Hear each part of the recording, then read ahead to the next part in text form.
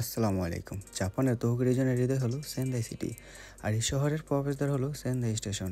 আজ আমি সেন্দাই স্টেশনের ভিতর এবং বাহিরটা দেখাবো আপনাদের এবং জানাবো এটার ইতিহাস, সুবিধা অসুবিধা আর কেন এটি একটা মোস্ট ভিজিট জায়গা। সেন্দাই স্টেশনটি প্রথম খোলা হয় 1887 সালে।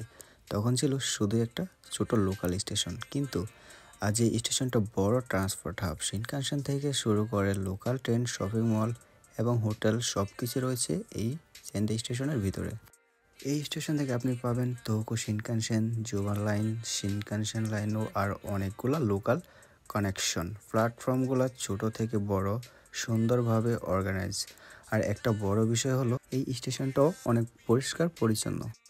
এই স্টেশনের ভিতরে আছে বড় একটা শপিং মল এসফাল। আপনি পেয়ে যাবেন ফ্যাশন, ইলেকট্রনিক্স আর কিছু দারুণ স্ট্রিট ফুড। আর যদি ড্রিঙ্কসের কথা বলেন তাহলে সবার আগে থাকবে জোনদা সাকে। আমি শুনেছি এটা সেন্দাইয়ের সবচেয়ে ফেমাস ড্রিঙ্কস, যদিও আমি কখনো খাই নাই। সেন্দাই স্টেশন থেকে খুব সহজে যেতে পারবেন সেন্দাই ক্যাসেল, আওয়াইয়ামা পার্ক বা জুইডেন। সেন্দাই স্টেশনের বাইরে পাবেন লোপ বাস, যেটা দিয়ে পুরো সেন্দাই শহর অনায়াসে ঘুরতে পারবেন। সেন্দাই স্টেশন শুধু একটা ট্রাভেল জাংশন না, এটা একটা এক্সপিরিয়েন্স।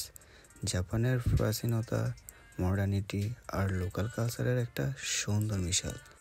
আপনি যদি তোহোকুতে আসেন তাহলে অবশ্যই সেন্দাই স্টেশনে আসবেন। এরকম আরও নতুন নতুন ভিডিও পেতে চ্যানেলটি এখনই সাবস্ক্রাইব করে রাখুন। আর যারা ফেসবুক থেকে দেখছেন ফেসবুক পেজটি ফলো করে দিন।